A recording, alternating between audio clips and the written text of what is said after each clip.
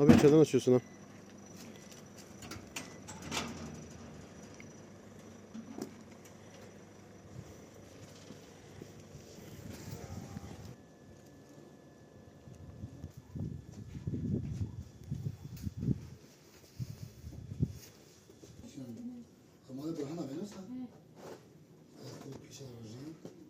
Bismillahirrahmanirrahim.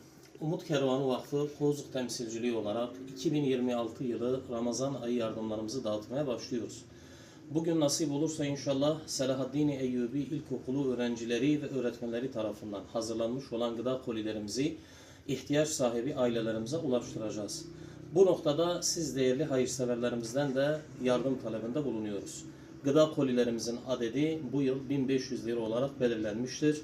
Rabbim şimdiden yapacağınız hayırları dergâh-ı izzetinde kabul buyursun inşallah.